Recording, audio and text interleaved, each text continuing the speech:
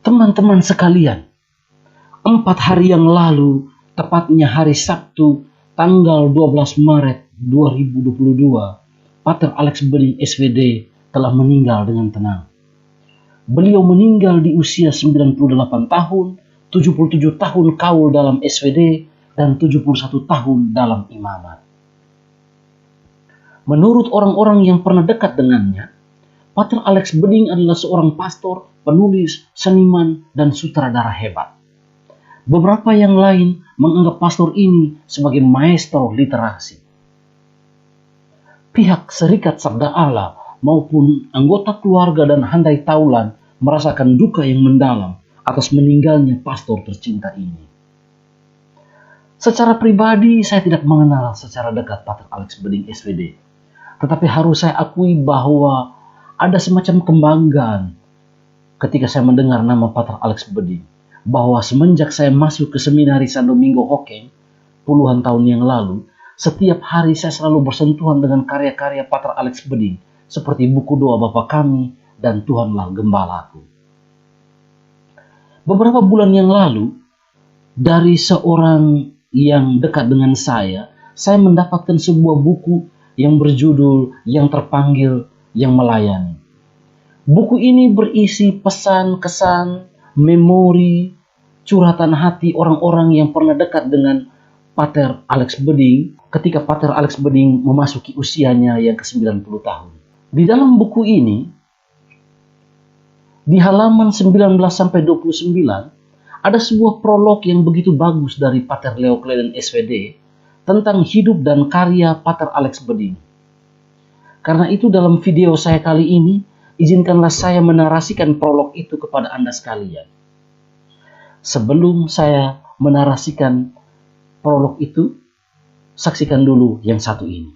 Teman-teman, jikalau Anda menyukai video saya, jangan lupa untuk subscribe, like, dan komen. Ingat, subscribe, like, dan komen. 1, 2, 3. Nelayan di lautan lain.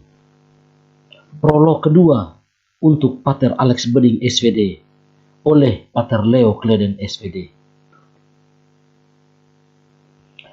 Sebuah kiriman yang terbungkus rapi dari Pater Alex Bening SVD tiba di kantor provinsial SVD Ende pada suatu siang di bulan Oktober 2013. Di dalamnya ada 3 karya tulis Pater Alex Bening. Yang pertama adalah sebuah buku berjudul Pater Johannes Boma, SVD, Sang Inspirator. Pater Johannes Boma adalah seorang tokoh penting dalam sejarah misi Serikat Sabda Allah di Flores. Namanya akan tetap dikenang sebagai fundator Seminari Tinggi Santo Paulus de Delero, regional SVD untuk wilayah misi Kepulauan Sunda Kecil selama 15 tahun, yang juga terkenal sebagai penerjemah kitab suci Perjanjian Baru ke dalam bahasa Indonesia. Tulisan yang kedua adalah sebuah naskah biografi tentang misionaris SVD pertama yang datang ke Indonesia 100 tahun yang lalu. Naskah buku ini diberi judul Monsignor Petrus Noyen SVD, Perintis Misi SVD di Indonesia. Penulis meminta agar naskah ini dipertimbangkan untuk diterbitkan. Yang ketiga adalah kumpulan catatan para misionaris SVD dalam tawanan Jepang selama Perang Dunia Kedua. Catatan ini aslinya dalam bahasa Belanda, dihimpun oleh Bruder Petrus Laan SVD, diterjemahkan oleh Pater Alex Bening dengan judul Kisah Internering para Misionaris di Flores, Timor, Sumba, dan Sulawesi 1942 sampai 1945. Ketiga karya tulis ini merupakan ungkapan rasa syukur Pater Alex Bening dalam merayakan 100 tahun karya misionaris Serikat Sabda Allah di Indonesia pada tahun 2013 ini. Dengan rasa kagum saya membaca tulisan imam biarawan misionaris yang sudah sangat sepuh ini dan toh masih tetap produktif di masa tuanya. Buku dan naskah buku ini memperpanjang daftar karya tulis beliau yang berjumlah sekitar 40 judul buku, asli maupun terjemahan, dari mana beliau memperoleh kekuatan dan inspirasi utama hidupnya sampai usia sekian lanjut. Sambil membaca karya tulisnya, dalam pikiran saya menyeruak dua gambaran. Imaji yang pertama muncul ialah Lamalera, kampung nelayan di pantai selatan Pulau Lembata. Disinilah Alex Beding, anak sulung keluarga Bapak Carolus Arakian Beding dan Mama Ana Nogo Nudek, dilahirkan 13 Januari 1924. Di kampung inilah anak itu mendapat orientasi pertama tentang hidup di antara batu karang, pantai pasir, dan debur gelombang Laut Sawu. Filsuf Karl Jaspers pernah bercerita tentang masa kecilnya sendiri ketika orang tua membawa dia pertama kali ke pantai Atlantik. Pengalaman tentang lautan dengan horizon tak bertepi itu sekian mempesona dan membekas dalam batinnya, sehingga kemudian muncul dalam refleksi filsafatnya melalui istilah-istilah yang dipakai seperti cakrawala, keterbukaan, keleluasaan, tinjauan ke arah yang tak terhingga, terdampar, dijangkarkan dalam keabadian. Karl Jaspers juga adalah seorang psikiater yang kemudian membuat analisis psikologis tentang pengalaman masa kecil dan menjelaskan bagaimana hal ini mempengaruhi jalan hidup dan proses pemikirannya. Tampak hal serupa telah berlaku juga dalam hidup Alex Beding.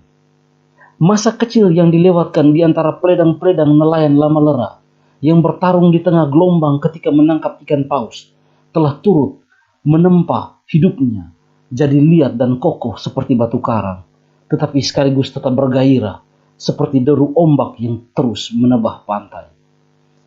Keuletan dan kegairahan, ketabahan dan semangat mencipta telah menandai jalan hidup panjang Pater Alex Beding SVD sebagai imam, biarawan, misionaris, sebagai pendidik dan penulis. Imaji yang kedua sama kuatnya ialah gambaran yang dilukiskan dalam ayat-ayat Mazmur 92 ayat 13-15. Saya kutip dari versi terjemahan dalam ibadat harian yang biasa didoakan oleh para imam dan biarawan-biarawati. Orang jujur bertumbuh bagaikan palma, berkembang bagaikan pohon jati. Mereka ditanam dekat bait Tuhan, bertunas di pelataran rumah Allah. Pada masa tua pun mereka masih berbuah dan tetap subur dan segar. Inilah gambaran indah tentang orang beriman yang jujur, yang menimba kekuatan hidupnya dari rumah Allah, sehingga pada masa tua pun masih berbuah dan tetap subur dan segar. Kalau imaji yang pertama berasal dari lingkup alam, imaji yang kedua berasal dari lingkup iman yang dihayati sejak dini. Misionaris yang sangat mempengaruhi hidup imannya sejak kanak-kanak ialah Pater Bernard Bode SVD. Misionaris asal Jerman ini datang menetap di Lamalera dalam bulan September 1920 dan kemudian menjadikan kampung nelayan ini paroki pertama di Nusa Lembata.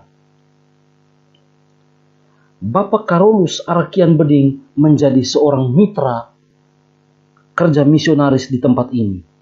Sang ayah yang mulanya adalah seorang nelayan, kemudian beralih profesi menjadi tukang yang bekerja bersama Bruder Franciscus SVD membangun gedung-gedung gereja dan pastoran di banyak tempat. Baik pengaruh lingkup sekitar maupun inspirasi Kristiani disalurkan kepada Alex Beding melalui kedua orang tuanya. Maka seperti Yesus dari Nazaret, Alex Beding adalah anak tukang kayu.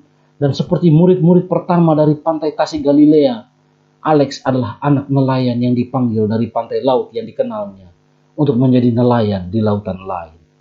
Samudra luas yang tak bertepi, kerajaan Allah. Tidak kebetulan bahwa doa yang tertulis pada kartu kenangan 60 tahun imamat Pater Alex Beding merupakan saduran sebuah nyanyian rohani bahasa Spanyol. Pater Alex Beding adalah putra sulung dari 11 bersaudara. 5 dari mereka meninggal selagi masih bayi. Dari 6 bersaudara yang tumbuh jadi dewasa, 2 orang menjadi imam, yaitu Pater Alex sendiri dan Pater Bosco Beding SVD. Seorang saudarinya menjadi biarawati, yaitu Suster Benedikta CIE. Saudaranya Marcel Beding menjadi wartawan kawakan harian Kompas dan penerjemah banyak dokumen gerejawi. Adiknya Franz Beding adalah seorang sastrawan yang mati muda ditabrak mobil di Bogor. Kini, selain Pater Alex, semua saudaranya yang disebut di atas sudah almarhum. Masih tinggal lagi seorang saudarinya yang bernama Maria Salome Gelu di kampung Lamalera. Pater Alex Beding bukan saja si sulung dalam keluarga.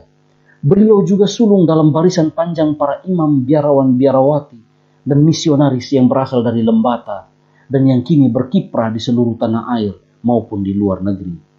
Benih panggilan untuk menjadi imam tampaknya tumbuh diam-diam dalam keluarga berkat pengaruh ayah yang beriman dan ibunya seorang pendoa yang saleh.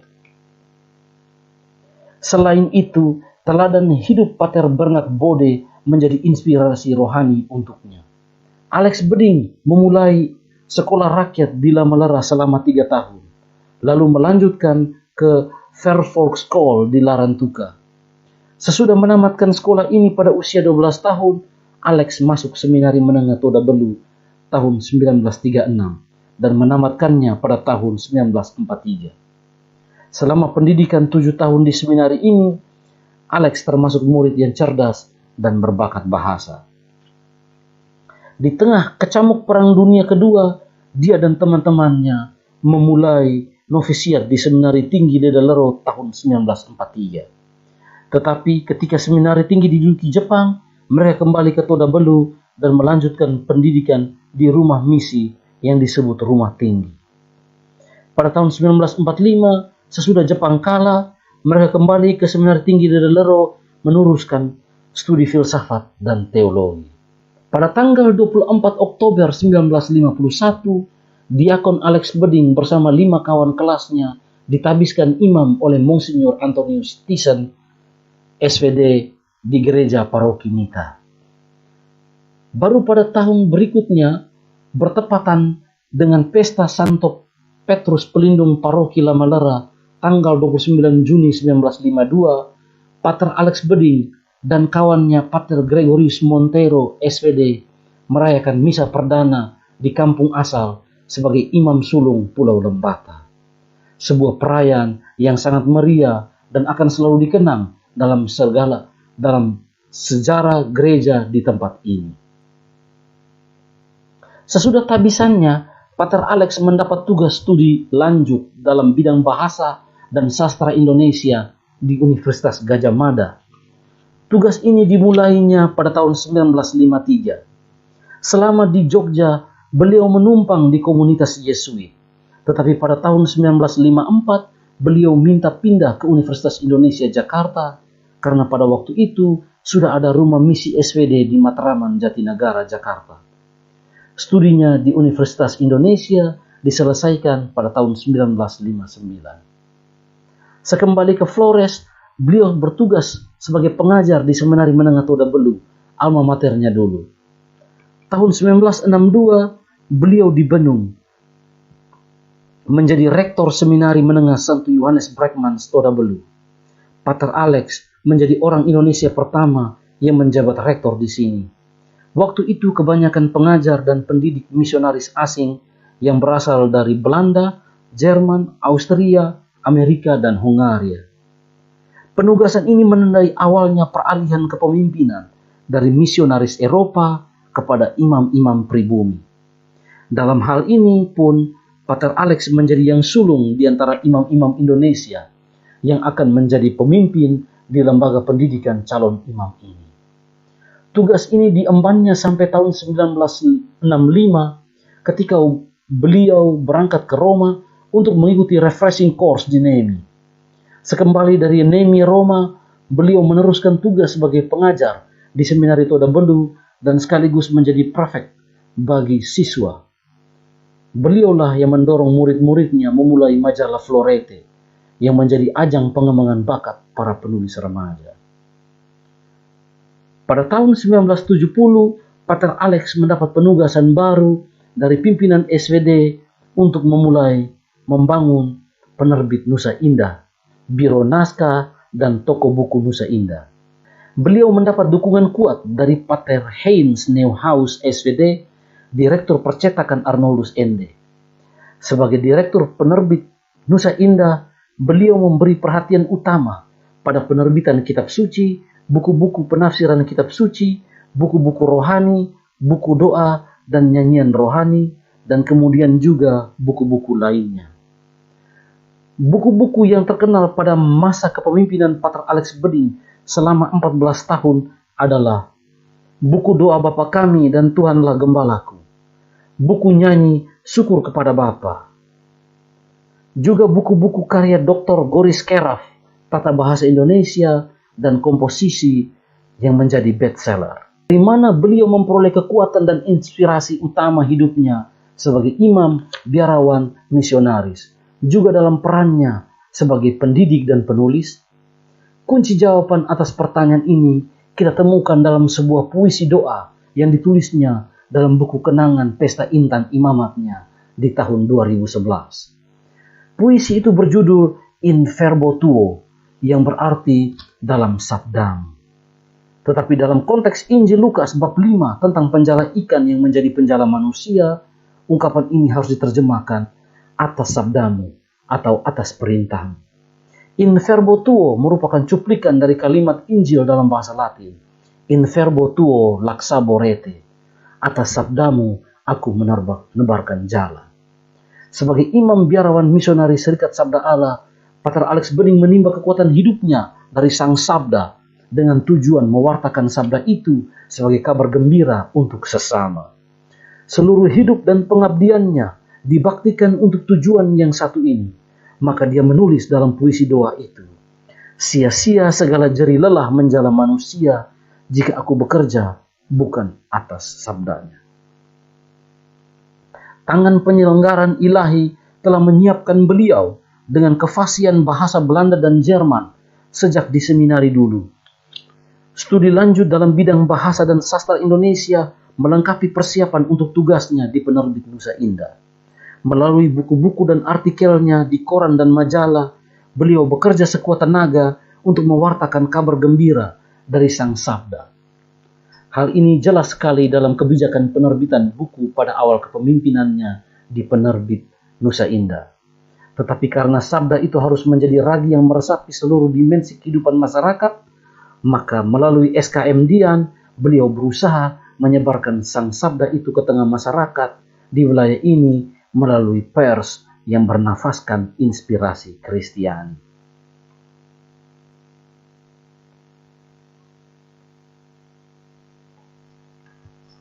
Kini Pater Alex Beding menghabiskan masa tuanya di biara Santo Arnoldus Jansen Larantuka dengan terus membaca, menulis, dan terutama menerjemah tulisan para misionaris Belanda ke dalam bahasa Indonesia. Inilah hobi dan pekerjaan yang sangat disenanginya. Sepanjang 71 tahun hidup imamatnya, Pater Alex Beding tidak pernah menjadi pastor paroki, tetapi beliau menjadi rasul dan pewarta sabda melalui tugas-tugasnya sebagai pendidik dan penulis. Dari kamarnya yang teduh di lantai 2 biara itu, dengan jendela-jendela yang lebar ke arah pantai, beliau suka sekali menatap laut yang menggetarkan hatinya sejak masa kecilnya dulu. Tetapi lebih dari itu, dalam keheningan doa dan meditasi, beliau selalu mendengar kembali suara itu yang memanggil dia sejak masa mudanya untuk menjadi nelayan di lautan yang lain. Rip Pater Alex Beding, SVD.